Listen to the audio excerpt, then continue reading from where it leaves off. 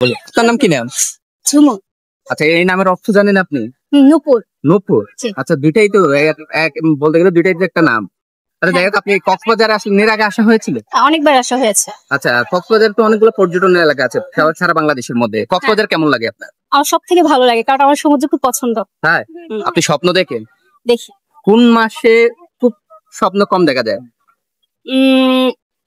Winter.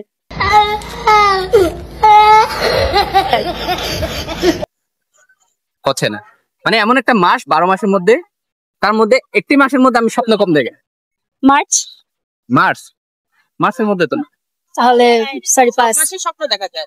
আমি তো ঘুমালে স্বপ্ন মাস দেখি। আছে যেখানে আপনি স্বপ্ন কম দেখবেন। রমজান মাসেও দেখা যায়। দেখা যায়। আমি রমজান মাসে কম দেখি। আপনি কি ফেব্রুয়ারি মাসে কখনো 31 দিন স্বপ্ন দেখছিলেন? মেয়েদের কোন জিনিস কখনো দেখা যায় না? আচ্ছা, কখনোই দেখা যায় না। মানে এটা দেখার কোনো ওয়ে নাই। Inner side. ভিতর।